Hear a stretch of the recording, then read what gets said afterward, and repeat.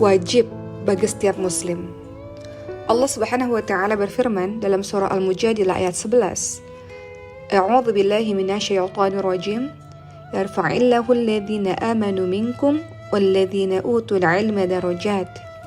Niscaya Allah akan meninggikan orang-orang yang beriman di antara kamu dan orang-orang yang diberi ilmu pengetahuan beberapa derajat. Sahabat yang dimuliakan oleh Allah Subhanahu wa taala, mari kita lihat bagaimana kisah para sahabat atau para nabi atau para orang-orang salih dalam menuntut ilmu. Kita lihat kisah Ibnu Abbas. Ibnu Abbas adalah keponakan Rasulullah SAW yang selalu menuntut ilmu dengan Nabi. Namun ketika Nabi Muhammad SAW wafat, maka beliau pun mengejar ilmu kepada sahabat-sahabat Rasul lainnya. Beliau sering sekali datang ke rumah para sahabat-sahabat Rasul dan tidur di halaman rumah sahabat-sahabat Rasul tersebut. Sampai kemudian para sahabat Rasul pun mengatakan, "Engkau adalah keponakan Rasulullah. Kenapa engkau sampai hati, wahai Ibnu Abbas, menyusahkan diri? Kenapa engkau tidak panggil aku saja untuk datang ke rumahmu?" Maka Ibnu Abbas akan mengatakan, "Aku sedang menuntut ilmu. Jadi akulah yang wajib mendatangimu, wahai guru, sebab ilmu itu didatangi, bukan mendatangi." Lalu kita lihat lagi kisah Ibnu Abbas dalam menuntut ilmu yang mudah-mudahan menjadi inspirasi bagi kita dalam hal akhlak penuntut ilmu. Pernah pada suatu ketika, Ibnu Abbas bersama dengan Zaid bin Thabit radhiyallahu anhu, salah seorang sahabat Nabi. Zaid bin Thabit ini adalah seorang juru tulis wahyu dan sahabat yang terkemuka dalam keadilan, fiqh, qiraah, dan ilmu-ilmu lainnya. Maka Ibnu Abbas pada saat itu ketika melihat Zaid bin Thabit hendak menuju kepada keledai dan menaiki keledai, maka Ibnu Abbas segera berdiri untuk memegangi dan menuntun keledai dari Zaid bin Thabit. Tentu saja Zaid bin Thabit merasa sungkan dan buru-buru untuk menghalanginya dan mengatakan, "Hentikan, wahai putra paman Rasulullah." Lalu apa kata Ibnu Abbas, sahabat sekalian? Bagaimana sifat Ibnu Abbas kepada guru ini?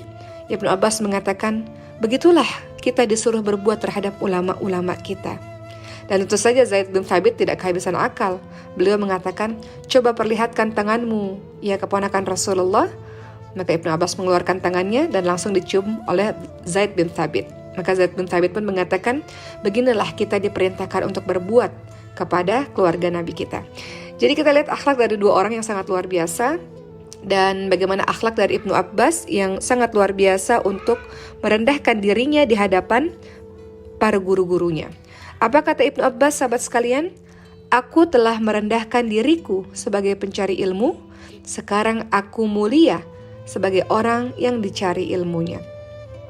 Kita lihat juga bagaimana kisah Nabi Musa alaihissalam dalam menuntut ilmu. Kisah Nabi Musa kita bisa lihat menuntut ilmu dengan Nabi Khidir alaihissalam dalam suratul Kahf atau surah Al-Kahfi ayat 60-82. Bagaimana seorang nabi ulul azmi yang kemudian mencari ilmu kepada Nabi Khidir alaihissalam. Dari kisah Nabi Musa alaihissalam kita bisa mendapatkan pembelajaran bahwa para nabi juga menuntut ilmu, sehingga kita jangan sampai merasa sombong dan tidak mau menuntut ilmu kepada orang yang kita rasa di bawah kita. Jadilah orang-orang yang rendah hati dan tawadhu dan merasa haus dan terus ingin belajar kepada orang-orang sekitar kita atau guru-guru kita. Kemudian kita lihat kisah menuntut ilmu dari Abu Hurairah radhiyallahu anhu. Ini semangat menuntut ilmu yang sangat luar biasa. Beliau adalah sahabat yang paling banyak meriwayatkan hadis. Dan kita lihat bahwa Abu Hurairah adalah ahlus suffah, yakni orang yang berdiam diri di Masjid Nabawi. Dan Abu Hurairah radhiyallahu anhu selalu fokus mengikuti kemanapun Nabi pergi. Beliau juga memiliki hafalan yang sangat kuat berkat doa Nabi. Jadi kita bisa lihat di sini bahwa Abu Hurairah meminta doa kepada Nabi, akhlak yang baik, semangat menuntut ilmu. Nabi pun mendoakan Abu Hurairah sehingga Abu Hurairah memiliki hafalan yang kuat dan menjadi salah seorang yang sangat dihormati dan disegani oleh para teman-teman lainnya. Oleh karena itu teman-teman sekalian, kita lihat ternyata keterbatasan dana ekonomi seperti Abu Hurairah, ahlus suffah yang tinggalnya di masjid, ternyata bisa menuntut ilmu dan menjadi seorang ulama yang sangat hebat luar biasa. Maka untuk menjadi penyemangat bagi teman-teman, kita akan bahas apa sih keutamaan menuntut ilmu terutama tentu saja ilmu agama. Kita bisa ilmu dunia, tapi kita juga harus bisa dalam mempelajari ilmu agama. Keutamaan mempelajari ilmu agama adalah, pertama, yang paling takut kepada Allah hanyalah orang-orang yang berilmu. Dalam surah Fatir ayat ke-28 Allah Subhanahu wa taala berfirman, A'udzu billahi minasyaitonir rajim. Innama yakhsyallaha min 'ibadihil ulama. Sesungguhnya orang yang takut kepada Allah di antara hamba-hambanya adalah orang yang berilmu. Ibnu Katsir rahimahullah berkata, karena semakin seseorang mengenal Allah yang maha agung, yang maha mampu, maha mengetahui, dan Allah disifati dengan sifat dan nama yang sempurna dan baik, lalu hamba tersebut mengenal Allah lebih sempurna, maka dia akan memiliki sifat takut dan akan terus bertambah sifat takutnya. Jadi keutamaan yang pertama adalah orang berilmu akan takut kepada Allah Subhanahu wa taala. Kemudian yang kedua, orang yang menuntut ilmu adalah orang yang sedang menuju kepada jalan syurga dan didoakan oleh penduduk bumi dan langit. Dalam hadis riwayat Abu Daud dan Syekh Al-Albani mengatakan hadis ini adalah hadis yang sahih. Rasulullah SAW bersabda, barang siapa menempuh jalan mencari ilmu, maka Allah akan mudahkan baginya jalan menuju syurga. Dan sesungguhnya malaikat meletakkan sayapnya sebagai tanda ridha kepada penuntut ilmu. Sesungguhnya orang yang berilmu dimintai ampun oleh setiap penduduk langit dan bumi, sampai pun ikan yang ada di dalam air. Sesungguhnya keutamaan orang yang berilmu dibanding ahli ibadah adalah seperti perbandingan bulan di malam Badar dari bintang-bintang lainnya. Sesungguhnya ulama orang berilmu adalah pewaris para nabi, dan sesungguhnya nabi tidaklah mewariskan dinar dan tidak pula dirham. Barang siapa yang mewariskan ilmu, yang mengajarkan ilmu, maka sungguh dia telah mendapatkan keberuntungan yang besar. Ketiga, keutamaan orang yang menuntut ilmu adalah, terutama ilmu agama, orang yang dipahamkan agama itulah orang yang dikehendaki kebaikan. Rasulullah SAW bersabda, barang siapa yang Allah kehendaki mendapatkan seluruh kebaikan, maka Allah akan memahamkan dia tentang agama.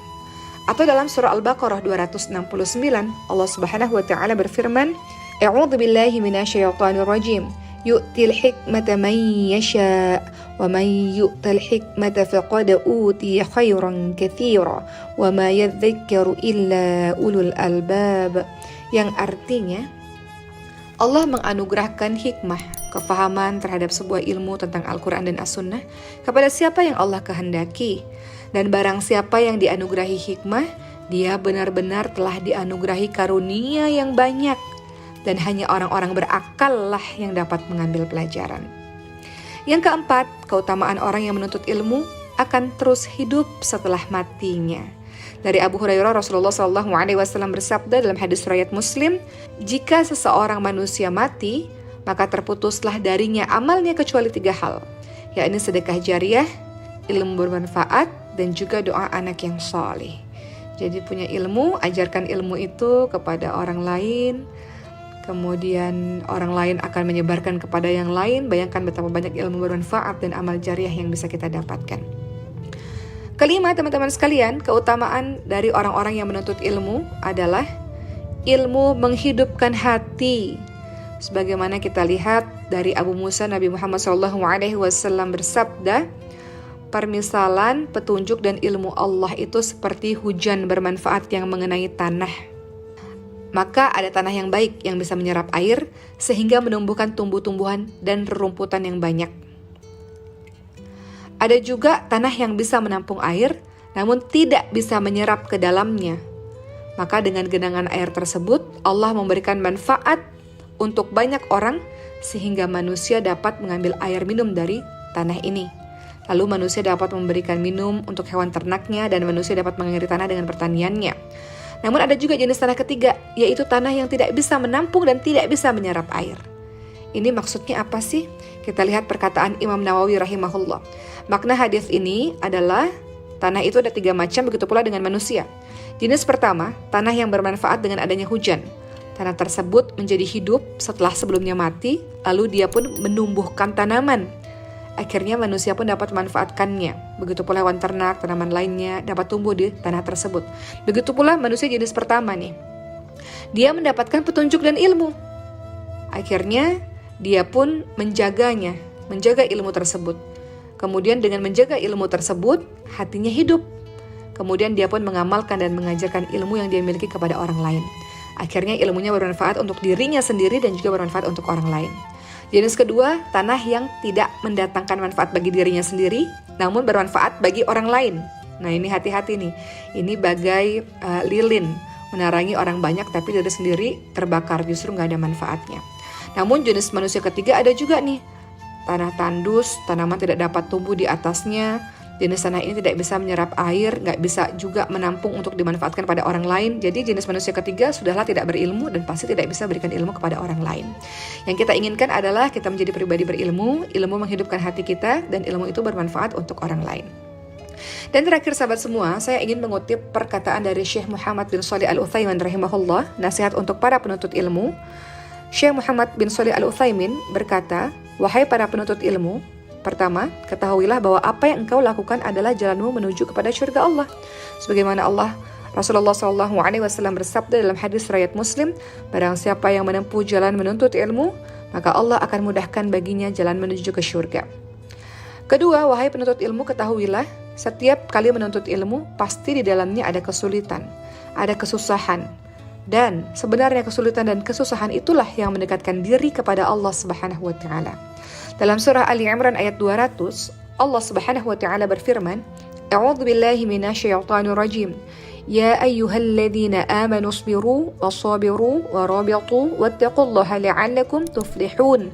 Wahai orang-orang yang beriman, bersabarlah kamu dan kuatkan kesabaranmu dan tetaplah bersiap siaga dan bertakwalah kepada Allah supaya kamu beruntung. Nasihat penuntut ilmu yang ketiga adalah ilmu yang engkau pelajari harus ada manfaat yang didapatkan. Manfaat apakah itu? Yang pertama adalah akan bermanfaat kalau engkau amalkan ilmu itu. Apa yang engkau ketahui, engkau amalkan. Engkau bisa ajarkan kepada yang lain. Dan yang kedua, terlihat dalam akhlakmu yang semakin baik. Dalam bahasa Indonesia kita ada peribahasa padi semakin berisi semakin merunduk. Artinya orang yang semakin berilmu semakin tawadhu, akhlaknya menjadi semakin baik. Itulah yang disebut sebagai orang yang menuntut ilmu dan ada manfaat dari ilmunya tersebut, yakni ketika diajarkan dan juga ada perubahan akhlak dalam dirinya.